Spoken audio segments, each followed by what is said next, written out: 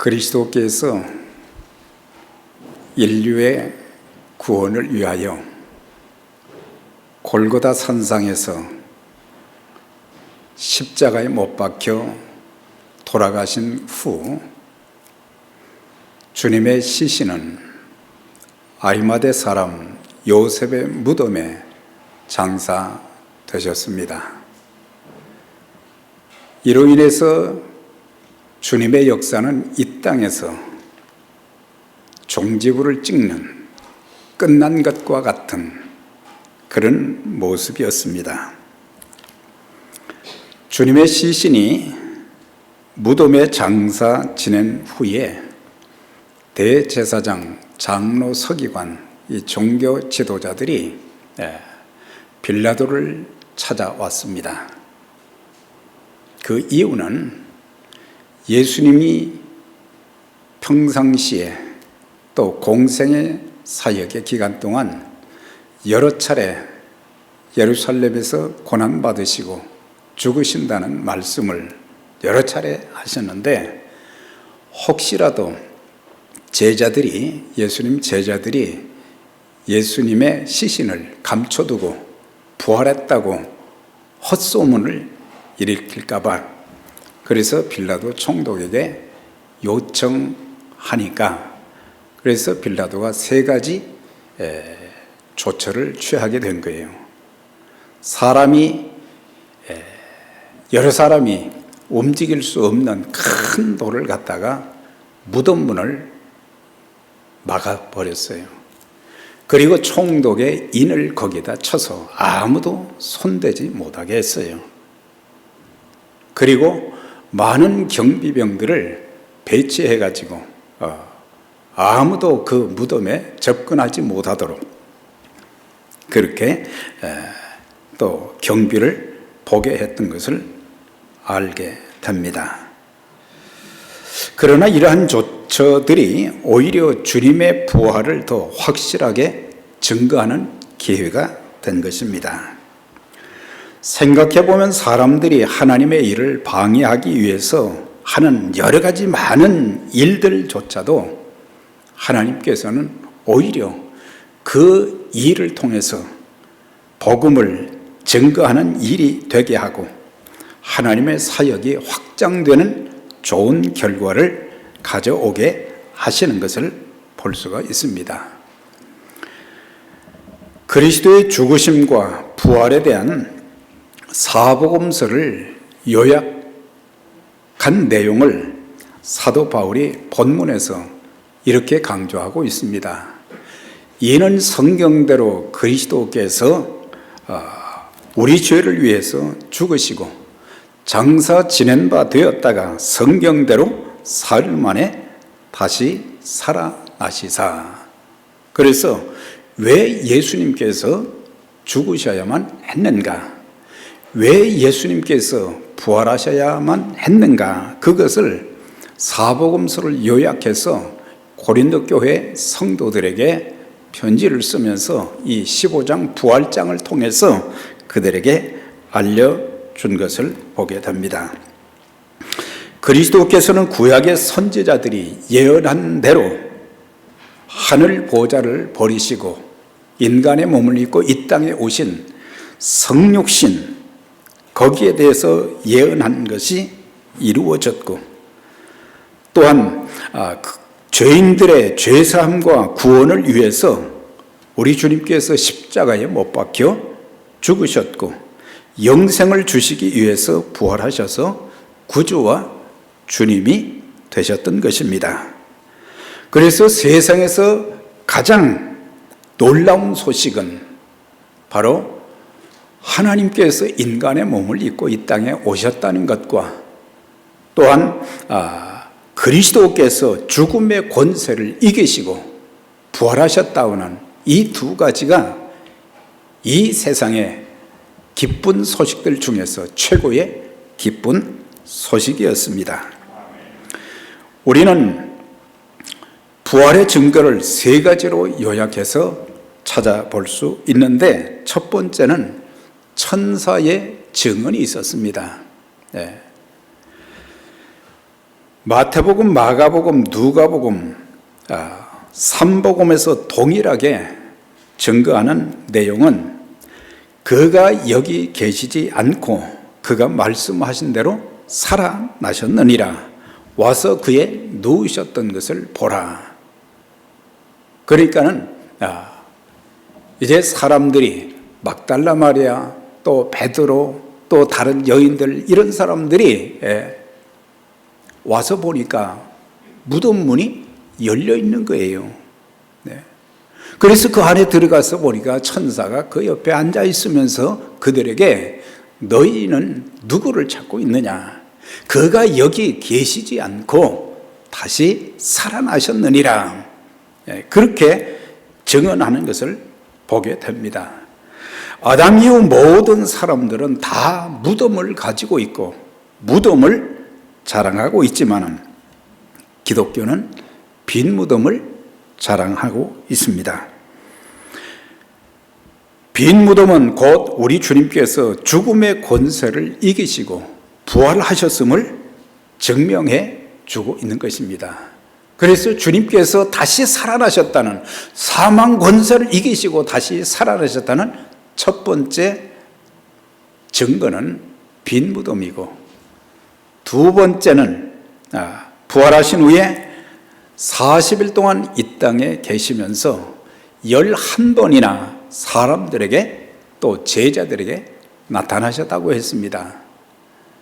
7 귀신 들었다가 예수님 통해서 치유받은 막달라 마리아가 최초로 예수님께서 부활하신 그 몸을 보게 되었습니다.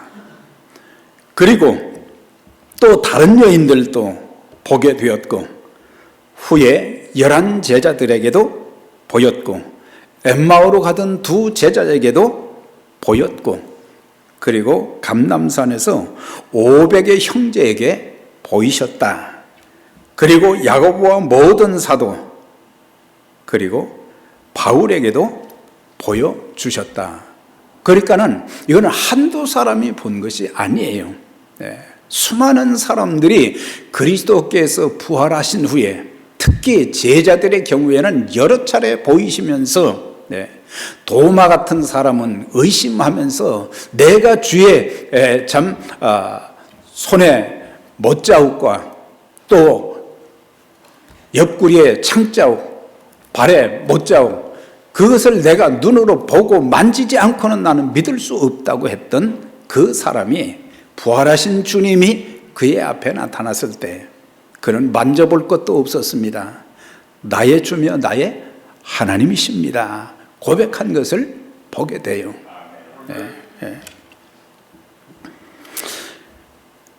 세 번째 증거는 예수 그리스도를 믿는 모든 사람들의 삶 속에 주님은 오늘도 역사하고 계신 것입니다. 이 땅에는 수십억의 그리스도인들이 있습니다. 그리고 수많은 선교사들이 세계 각지에 각국에 흩어져서 생명의 복음을, 부활의 복음을 증거하고 있습니다. 오늘 이 자리에 참석한 저와 여러분 모두도 부활하신 예수님을 다 이미 만난 분들입니다. 이제 그 부활의 주님이 너무너무 참 귀하고 놀랍기에 그분이 내게 행하신 놀라운 일들을 생각하며 우리 자신을 늘 하나님 앞에 드리기를 원해서 우리뿐만 아니라 전 세계 모든 그리스도인들이 안식 후 첫날 주일만 되면은 어느 곳에 있든지 도시에나 시골에나 산골에나 어촌이나 어디에서든지 주의 날이 되면은 그들은 부활하신 그 주님을 기억하면서 하나님 앞에 또 예배를 드리고 있습니다. 또 우리 자신들을 보면은 예수 믿을 것을 전혀 깨닫지를 못하고 우리는 마귀의 종노릇하고 또한 여러 종교의 종교인으로 살던 우리들이 예수 그리스도의 부활의 그 복음, 생명의 복음을 듣고 나서 우리 인생이 완전히 바뀌어 버렸어요. 전에는 나만 위해서 살던 사람들이 이제는 주님만 위해서 살겠다. 나의 소중한 것을 주님 앞에 드려서 나도 주님 하신 그 사역을 따라서 내가 감당하겠다. 핍박이 있고 고난이 있고 아픔이 있고 질고가 있고 배고픔이 있고 우리의 삶에 많은 환난과 시련이 있지만은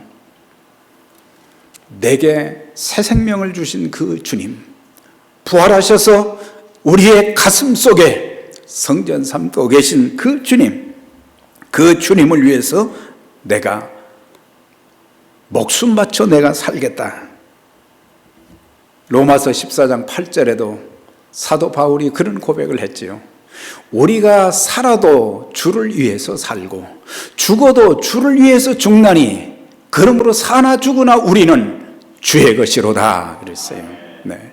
그러니까는 살고 죽는 모든 것, 내 인생의 모든 것, 나는 그리스도를 위해서 살겠다. 과거에는 그리스도께서 나를 위해서 죽으셨다는 그 사실이 믿어지지도 않았지만은 나중에서의 성령님을 통해서 깨우쳐 주심으로 내 죄가 얼마나 흉악했던가, 내 죄가 얼마나 악하였으면은 종교를 통해서나 우리의 노력을 통해서 인간의 방법이 아닌 오직 예수 그리스도의 보혈로만 씻김받고 지옥 형벌에서 해방되어지는 영광스러운 하나님의 자녀가 될 수 있도록 만들어 주신 것이 얼마나 감사한지. 그래서 부활의 주님을 위해서 내 모든 것뿐만 아니라 내 생명까지도 난 드려도 아깝지 않다. 후회하지 않는다. 바울이 이런 증언을 했어요. 그리스도께서 만일 다시 살지 못하셨으면 우리의 믿음도 헛되고 우리가 여전히 죄 가운데 있을 것이고 우리의 믿음도 헛되고 전파하는 것도 헛될 것이고 우리가 거짓 증인이 될 것이다. 여전히 죄 가운데 있을 뿐만 아니라 우리의 전파하는 것도 헛것이고 또한 그리스도 안에서 죽은 자도 영원히 멸망하였을 것이며 모든 사람 가운데 우리가 가장 불쌍한 자가 되리라. 그리스도의 부활이 있었기에 우리는 죄사함 받을 수 있는 길이 열려졌고 또한 많은 사람들에게 생명의 복음을 통해서 그 죄 사함 받고 구원받을 수 있는 그런 담대한 복음 전파가 있을 수 있고 우리의 삶에 많은 환난과 시련과 아픔이 있어도 부활하신 주님의 그 능력으로 우리는 능히 승리할 수 있다. 그런 것들을 고백하면서 우리는 세상에서 불쌍한 사람들이 아니라 가장 행복한 사람들인 것입니다. 네. 그리스도의 부활을 우리가 믿음으로 구원과 영생을 얻었고 구원과 영생을 얻었고 천국에서 영원히 주님과 살 수 있는 이 엄청난 축복을 우리가 누리게 된 것입니다. 그래서 요한복음에서는 주님께서 설교하시면서 이런 말씀을 하셨어요. 나는 부활이요 생명이니 나는 부활이요 생명이니 나를 믿는 자는 죽어도 살겠고 살아서 나를 믿는 자는 영원히 죽지 아니하리라. 예수 그리스도께서 나는 부활이요 생명이라고 하셨어요. 그리스도께서 부활하셨고 그리스도의 부활을 믿는 자들에게는 영생의 소망을 주셨고 또한 우리의 삶의 어떤 환난과 시련도 이길 수 있는 그런 능력, 우리의 육신은 죽는다고 할지라도 우리의 영혼은 주님 나라에서 영원히 살게 되는 그런 축복이 있게 되는 것입니다. 자, 그 다음에는 두 번째 생각할 것은 그리스도의 부활의 권능, 세 가지의 능력을 우리는 찾아볼 수 있는데, 첫째는 주님의 부활은 마귀의 세력을 정복하게 하셨던 것입니다.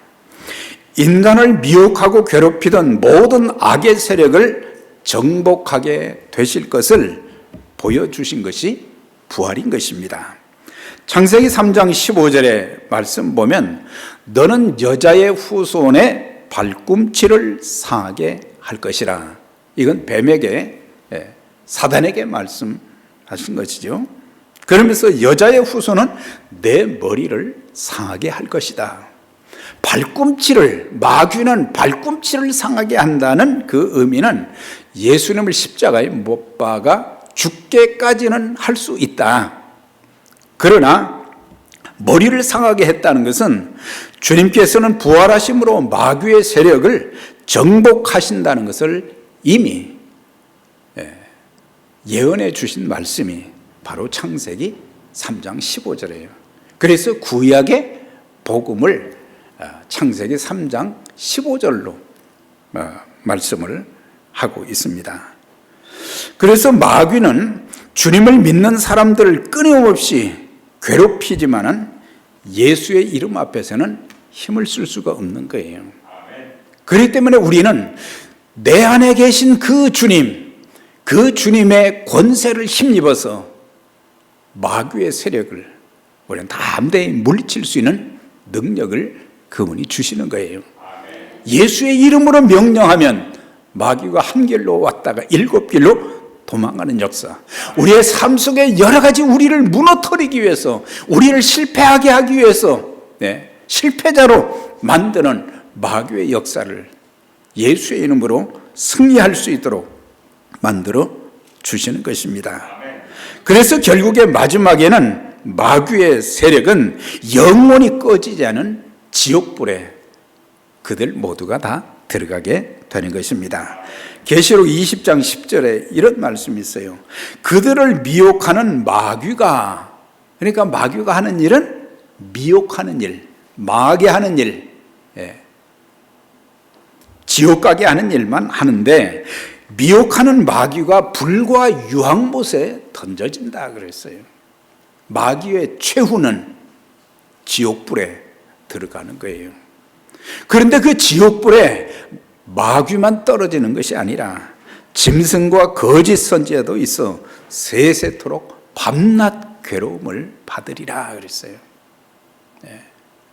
그들이 멸망하기 전까지는 이 모양 저 모양으로 이제 하나님의 일을 방해하고 하나님의 백성들을 참 고통스럽게 만들고 죄로 인해서 잘못되게 만들고 하나님의 진노와 심판을 받아서 지옥불에 들어가게 하는 그런 일을 했던 그들이 마지막에는 바로 지옥 형벌에 들어가는데 짐승은 적그리스도를 말하는 거죠. 그리고 거짓 선지자. 우리가 이 땅에 살면서 우리가 믿음 생활을 어떻게 해야 될지 우리는 참 깊이 생각해야 됩니다. 우리 모두가 예수를 믿고 구원받은 하나님의 백성들이 천국에서 주님과 더불어 영원히 살 뿐만 아니라 또한 이 땅에서 수고한 모든 것에 대해서 하나님께서 갚아주실 그런 칭찬과 상급이 있게 되는데 이런 것들을 우리가 누리고 받아야 되는데 받고 누려야 되는데 마귀가 파놓은 함정에 우리 한 사람도 빠지는 낙오되는 그런 분들이 없기를 주의 이름으로 축원합니다. 주님의 부활은 마귀의 세력만 정복하신 것이 아니라 죽음을 정복하신 거예요. 사망아 너의 승리가 어디 있느냐? 사망아 너의 쏘는 것이 어디 있느냐? 사망이 쏘는 것은 죄요. 죄의 권능은 율법이라 그랬어요. 사도 바울도 죽음의 현실을 이기지 못하는 연약한 육체를 가진 자였어요. 그에게도 많은 두려움이 있었어요. 하나님의 사역을 감당하면서 너무 힘들고 어렵고 어떤 때는 포기하고 싶은 그런 마음이 들고 자기를 공격하는 사람들, 자기를 힘들게 하는 사람들, 하나님의 사역을 방해하고 자기를 죽이려고 하는 그런 사람들을 볼 때 두려움이 들었었지만 그러나 부활의 주님을 모시고 살면서 그는 담대했어요. 그래서 항상 그가 고백하기를 나는 살든지 죽든지 내 안에서 그리스도만 존귀하게 되는 그런 삶을 살겠다고 한 거예요. 네. 그리스도만 살든지 죽든지 죽고 사는 것에 염려, 근심, 두려워하지 않고 나는 그리스도만 존귀하게 하는 일. 우리 어떻게 하는 것이 주님을 존귀하게 하는 일이겠어요? 우리는 주님 말씀에 순종하고 주님께서 우리에게 분부하신 그 귀한 사역을 감당해 나갈 때에 주님의 이름이 존귀하게 되어지고 또한 하나님의 영광이 드러나게 되는 것입니다. 그래서 주 안에서 죽음의 공포를 완전히 정복할 수 있었던 것은 사망 권세를 이기신 주님께서 그와 함께 하시기 때문에 담대하게 생명의 복음을 전할 수 있었던 것입니다. 사망아 내가 쏘는 불화살도 주님을 모신 나를 어찌할 수 없고 나는 승리하게 될 것이다. 항상 그는 담대하게 예수 그리스도를 통해서 이김을 주시는 그 하나님께 감사하면서 승리의 참 하나님의 권능의 말씀을 담대하게 전했던 것을 보게 됩니다. 그리고 주님의 부활은 그를 믿는 자들에게 세 가지 엄청난 변화를 주셨습니다. 첫째는 하나님의 자녀의 신분을 얻게 되며 영생복을 누리게 하신 것입니다. 복음이 무엇입니까? 15장 1절 이하에 보면 2절 3절에 보면 고린도 교회 성도들에게 편지를 쓰면서 내가 너희에게 전한 복음을 너희로 알게 하노니 이는 성경대로 그리스도께서 우리 죄를 위해서 죽으시고 성경대로 사흘 만에 다시 살아나사. 그 말씀. 그러니까 복음이라는 게 뭐냐? 기쁜 소식인데 기쁜 소식이 뭐냐? 우리 죄 용서함 받을 수 있는 길이 열린 것이 기쁜 소식이요. 우리로 하여금 예수님과 더불어 영원히 살게 된다는 그 소식이 참 기쁜 소식이 되는 것입니다. 그래서 우리가 예수 믿고 구원받아 하나님의 자녀가 된 그 신분 우리가 누리게 된 것이 엄청난 축복이죠. 영접하는 자 곧 그 이름을 믿는 자들에게는 하나님의 자녀가 되는 권세를 주셨다 그랬어요. 그냥 자녀가 아니라 하나님의 자녀의 권세, 자녀들에게 주시는 하나님의 기업과 상급, 이것이 얼마나 큰지 요한복음 5장 24절에도 말씀하시기를 내가 진실로 진실로 너희에게 이르노니 누구든지 내 말을 듣고 나 보내신 이를 믿는 자는 영생을 얻었고 심판에 이르지 아니하나니 사망에서 생명으로 옮겼느니라. 그러니까 예수님을 믿는 자들에게는 영생을 얻을 것이다. 그게 아니라 영생을 얻었고입니다. 저와 여러분 예수를 믿음으로 천국 가봐야 아는 것이 아니라 이미 우리는 영생을 얻은 자로서 하나님 나라의 생명록에 기록된 자들입니다. 또 예수 믿는 자들에게는 죄에 대한 심판이 없어요. 주님의 공로로 우리는 죄의 심판이 없어요. 상급의 심판은 있지만은 어떤 상을 주어야 될지 거기에 대한 것은 있지만은 죄에 대한 심판은 없는 거예요. 그리고 우리에게 사망에서 생명으로 우리가 예수를 믿을 때 옮겨지게 되었다고 하는 거예요.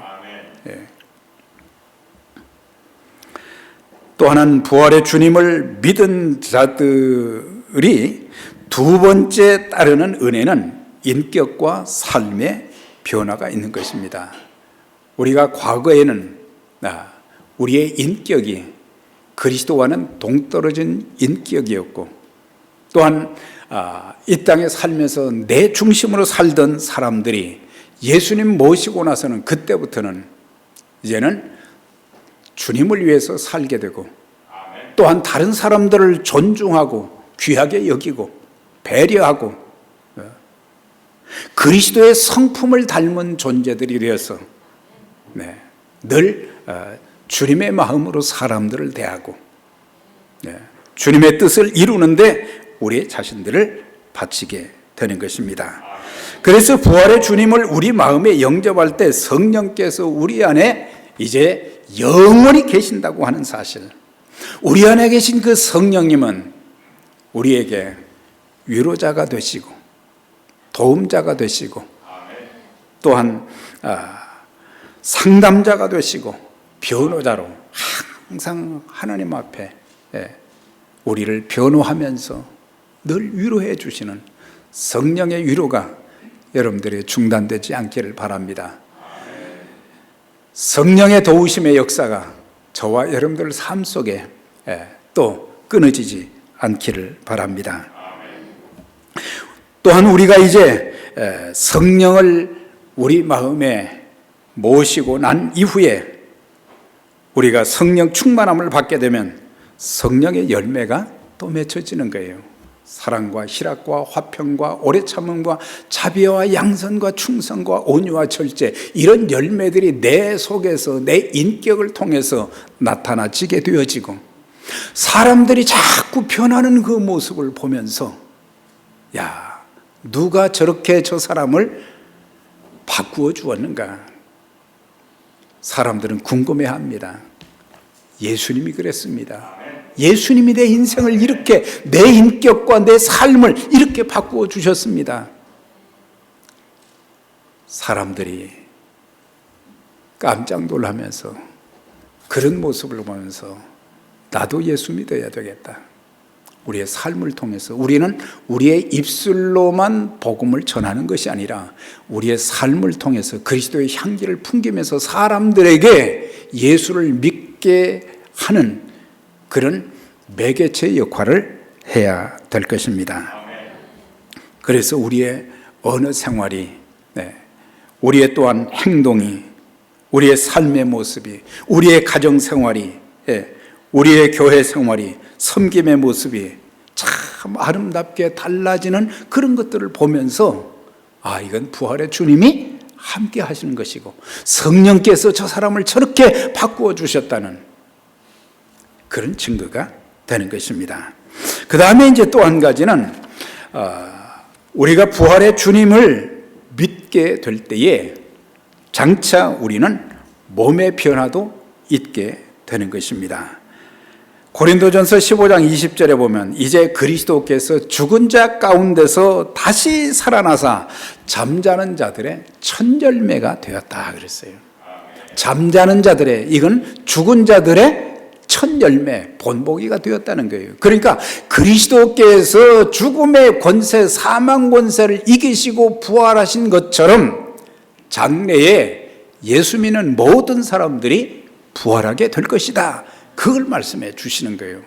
그래서 그리스도의 부활을 시초로 해서 예수 믿는 모든 사람들은 다 장차 부활하게 된다는 것을 가르쳐 주고 있어요. 15장 51절 이하에 보면 보라 내가 너희에게 비밀을 말하노니 우리가 다 잠잘 것이 아니오. 예수 믿고 죽은 자들에 대한 그런 말씀이죠. 그러면서 마지막 나팔에 순식간에 홀연히 다 변화되리니 살아있는 우리 모든 사람들이 우리 주님께서 이제 천사장의 나팔 소리와 함께 이 땅에 다시 오시는 그날 살아있는 우리들이 홀연히 변화된다 그랬어요. 저는 이 말씀을 묵상할 때마다 그날 들림받지 못하는 어리석음이 없게 해 주세요. 그날이 내 인생의 최고의 감격의 날이 되게 해 주세요. 주님 재림 전에 내가 죽었다 할지라도 주님의 데살로니가전서 4장 13절 이하에서 말씀하신 것처럼 무덤에 있던 자들이 무덤에서 다시 살아 일어나고 살아있는 우리들이 홀연히 변화되어서 공중에서 주를 영접하게 하시리니 그때부터 우리는 주와 더불어 영원히 있게 될 것이다. 이 땅에서 고난을 받는 그리스도인들에게 이런 말로 서로 위로하고 격려하면서 믿음을 잘 지키라. 그것이 바울이 고린도 교회 성도들에게 권고했던 것입니다. 자, 우리는 주님이 부활하신 그 증거를 좀 살펴보았고, 부활의 능력이 어떤 것인가도 살펴보았고, 이제 중요한 것은 우리가 이 땅에서 어떻게 살아야 되는가, 어떻게 믿어야 되는가도 중요하고, 어떻게 살아야 되는가. 우리 주 예수 그리스도로 말미암아 이김을 주시는 하나님께 내가 감사하노니 그랬어요. 바울은 일평생 믿음 안에 살면서 깨달은 것이 항상 어려움이 많고 아픔도 많고 큰 산도 있었고 골짜기도 있었고 내 스스로 어떻게 할 수 없는 답답한 현실, 사망으로 우겨쌈을 당하는 그런 일도 많이 겪었지만 그가 깨달은 것은 그리스도께서 사망 권세를 이기신 것처럼 마귀의 권세를 이제 정복하신 것처럼 모든 것을 이기게 하시는 하나님을 체험하게 된 거예요. 저뿐만 아니라 여러분 모두 그런 축복을 누리시길 바랍니다. 마귀의 권세, 죄와 사망의 권세로부터 승리하게 하실 뿐만 아니라 삶의 어떤 문제로부터도 승리하게 만들어 주시는 것입니다. 우리 어떻게 죄 용서함을 받을 수 있었습니까? 우리 어떻게 해서 구원받을 수 있었습니까? 우리의 삶에 참 답답한 현실들, 우겨쌈을 당하는 일들이 너무 많아서 이제는 절망하고 포기하면서 한숨만 쉬고 있을 때 그 주님께서 주저앉아 있는 우리를 이제 일으켜 세워주시고, 넘어지려고 할 때 그의 능력의 손으로 우리를 이끌어 붙잡아 끌어내 주시고, 우리로 하여금 승리하게 하시는 하나님의 그 놀라운 역사를 생각하면은 우리는 늘 감사할 수밖에 없어요. 구원의 은총뿐만 아니라 삶 속에서 하나님께서 크고 작은 일을 행하시는 모든 일들, 팬데믹의 여러 가지 어려운 일들, 참 답답할 때가 많았잖아요. 그런데 감당케 하시고 이기게도 하시고 피할 길도 주시고 공급해 주시기도 하시고, 그래서 우리는 큰일 났다 할 필요가 없어요. 왜? 하나님의 자녀들, 하나님께서 책임져 주시는 것입니다. 그런 믿음을 가지고 살면 시편 기자처럼 나의 도움이 어디서 올고 천지를 지으신 여호와에게서로다 그랬어요. 나의 도움, 사람들을 보면, 환경을 보면은 어떻게 할 수가 없지만은 전능하신 하나님께서, 사망 권세를 이기신 그 주님께서 우리를 도와주시는 그런 역사. 그래서 모든 일을 합력해서 선을 이루게 하시는 거예요. 하나님을 사랑하는 자, 곧 그 뜻대로 부르심을 입은 자들에게는 모든 일이 합력하여 선을 이루느니라. 하나님께서 다 좋게 만들어 주시는 거예요. 왜 이런 일이 나한테 생기지? 그런데 그 일을 통해서 또 하나님께서 하시고자 하는 일들이 있고, 모든 것들을 선하게 만들어 주실 것이기 때문에 우리는 걱정, 근심, 두려움 모든 것 다 주님께 맡기시고 주님의 도우심으로 늘 승리하는 자들이 되시기를 바랍니다. 또한 견고하고 흔들리지 말고 항상 주의 일에 더욱 힘쓰라고 그랬어요. 우리의 삶에 불같은 시험 많으나 겁내지 맙시다. 구주의 권능 크시니 이기고 남겠네. 불같은 시험들이 많이 있고, 또한 여러 삶의 환경에서 우리가 흔들릴 때가 많잖아요. 참 흔들릴 때가 많아요. 우리의 섬김도 흔들릴 때가 많고 믿음도 흔들릴 때가 많고, 이렇게 하는 것이 과연 옳은 것인가? 내가 헛된 꿈을 꾸고 있는 것은 아닌가? 우리 주님께서 공급해 주시는 성령의 능력으로 우리 모두 어떤 경우에도 무슨 말을 들어도, 어떤 나쁜 소식들이 들어와도 사람들이 무엇라고 하든지, 지금에 대해 환경이 어떻든지 우리 모두 낙심하지 말고 우리의 신앙, 우리의 믿음과 섬김이 절대 흔들리지 않기를 바랍니다. 흔들리지 않으면 주님께서 능히 감당케 하시고 모든 것을 공급해 주시고 우리에게 길도 열어주시고 도움자도 붙여주시고 하늘문을 활짝 열어주시는 것입니다. 이제는 부활의 증거, 부활의 능력, 그 중에서도 더 중요한 것은 이제 부활의 주님을 만났던 우리들에게 주님이 주시는 사명이 있어요. 그것은 뭡니까? 부활의 복음을 땅끝까지 전파하는 일이죠. 우리가 땅끝까지 하면 멀리만 바라볼 때가 많은데 사실 가장 가까이는 우리 가정을 돌아보아야 되죠. 우리 가족들 중에 아직도 참 예수 믿고 구원받지 못한, 부활의 주님을 만나지 못한 그런 분들이 계시지는 않는가? 이번 부활절을 계기로 해서 기도하면서 여러분들의 가족 모두가 다 구원받는 역사가 있기를 주의 이름으로 축원합니다.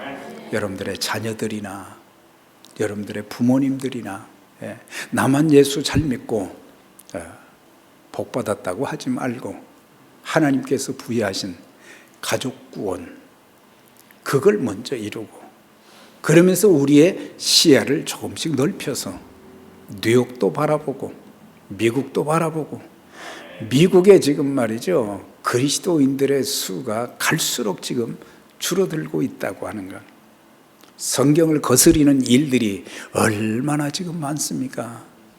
동성애 문제라든지, 이제는 말이죠, 서류에 남과 여로, 그것도 또 쓰면 안 된다는 거죠.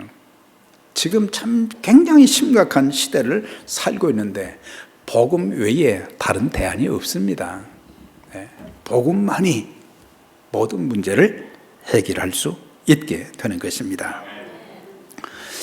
우리가 이제 선교에 대해서 굉장히 관심을 많이 가지고 있는데, 그래서 나름대로 우리의 주어진 형편에서 최선을 지금 다하면서 선교하는 일, 구제하는 일을 지금 우리 교회에서 참 잘하고 있어요. 그런데 우리가 기도할 것이, 좀 우리의 기도가 구체적이어야 되는 것이, 지금 제가 한 통계를 보니까 여호수아 프로젝트 2020년 6월 달에 거기에서 통계를 냈어요. 지금 전 세계에 종족 수가 몇 개나 되는가? 17,425 종족이 된다는 거예요. 그런데 17,425 종족 중에 상당수 복음화가 된 퍼센테이지가 21.6%라고 그랬어요. 그 다음에 부분적인 복음화가 이루어진 것이 29%라고 그랬어요. 소수 복음화는 6.8%. 그러면서 우리가 기도할 것이, 그 나라들을 위해서도 기도하지만 미전도 종족이라 그랬어요. 미전도 종족은 몇 프로가 되는가? 42.5%라는 거예요.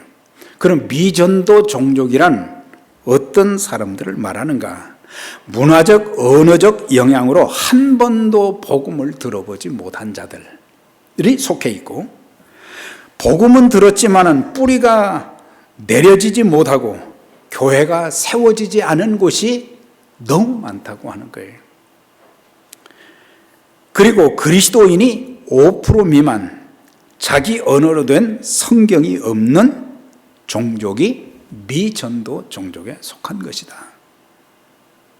그러니까는 7,410개의 미전도 종족이 아직도 복음을 듣지 못한 사람들이 많고, 자기 말로 된 성경을 가지고 있지도 못하고, 가까운 데서는 많은 사람들이 복음을 그렇게 사람들을 통해서 들었음에도 불구하고 회개하지 못하고 예수 믿지 못하고 있지만은 다른 곳에서는 듣지 못해서 예수 믿지 못하는 영혼들이 수도 없이 많다고 하는 거예요. 네. 그래서 우리가 선교사들을 통해서 복음이 더 담대하게 전해질 수 있도록, 또한 우리는 그들을 위해서 기도하고 물질로 후원하면서 우리가 부활의 주님을 모시고 우리가 이렇게 감격과 기쁨으로 소망을 가지고 살아가는 것처럼 그들도 하나님의 형상대로 지음받은 그들이 다 주님 앞으로 회개하고 돌아오는 그 역사를, 그날을 바라보면서 우리가 기도하고 후원해야 될 것입니다. 2차 대전 말기에 독일의 히틀러 정권에 항거하다가 8년간 옥고를 치른 미네르 목사의 간증이 있습니다. 2차 대전이 이제 끝나갈 무렵 미네르 목사가 어느 날 꿈을 꾸었어요. 그런데 똑같은 꿈을 7번이나 계속 꾸게 된 거예요. 야, 이상하다. 그런데 그 꿈은 많은 사람들이 이제 주님 앞에서 한 줄로 서서 심판을 받게 되는데, 대부분의 사람들이 전부 그때서야 이제 깨닫고 자기들의 죄를 깨닫고 용서를 구하는데, 유독 한 사람만 죄를 고백하지도 않고 뒤를 돌아보면서 변명을 하더랍니다. 이때 하나님께서 미네르 목사에게 이렇게 말씀했다고 합니다. 변명하지 않던 그 사람이 누구냐면 히틀러였다. 전쟁범이었던 히틀러. 사람의 양심, 일말의 양심도 없이 전쟁을 일으키고 수많은 사람들을 죽게 했던 잔인한 그 사람. 하나님께서 미네르 목사에게 히틀러가 이렇게 된 것은 바로 내 책임이다, 그렇게 말씀하시더래요. 내가 8년 동안 히틀러에게 대항하여 싸웠지만 한 번이나 그에게 전도를 한 적이 있느냐? 내가 그에게 전도했다라면 폭군이 되어 전쟁을 일으키지는 않았을 것이다. 전쟁을 일으킨 죄값이 내가 전도하지 않은 데 있다. 그래서 펑펑 울었다는 거잖아요. 네. 잔인한 히틀러, 그에 대해서 이제 여러 가지 물리적인 항거는 했지만은 그에게 찾아가서 복음을 전하지 않았다고 하는 거예요. 오늘 러시아를 위해서도 기도해야 될 것입니다. 사랑하는 여러분, 이제 사도 바울이 15장을 마무리하면서 이는 너희 수고가 주 안에서 헛되지 않은 줄을 알미니라. 헛되지 않다. 우리가 주를 위해서 한 모든 일은 우리 주님이 다 기억하신다고 하는 거예요. 네, 다 기억하시고. 네. 사랑하는 여러분, 부활의 복음을 전하는 일에 우리가 기도하면서 물질로 후원하게 될 때에 우리를 통해서 또 다른 사람들이 그들에게 복음을 전해서 예수 믿게 하는 놀라운 하나님의 역사가 있게 될 것이고, 많은 영혼들이 구원받는 역사가 있게 될 것입니다. 주님의 몸된 교회를 위해서 참 여러 가지 모양으로 섬기는 그들의 수고도 우리 하나님이 갚아주신다고 한 것입니다. 그날을 바라보면서, 다시 오실 그 주님을 바라보면서 우리 모두 믿음으로 살고 말씀에 순종하면서 부활의 복음을 증거하는 일에 아름답게 쓰임받는 우리 모두, 또 우리 교회가 될 수 있기를 주의 이름으로 축원합니다. 하나님 아버지 감사합니다. 오늘도 우리에게 주신 이 말씀을 기억하고 일평생 사는 동안 부활의 생명의 복음을 증거하는 일에 앞장서게 하시고 우리를 통해서 더 많은 영혼들이 구원받고 하나님 나라가 확장되어지는 귀한 역사가 있게 해 주옵소서. 예수님의 이름으로 기도드려옵나이다.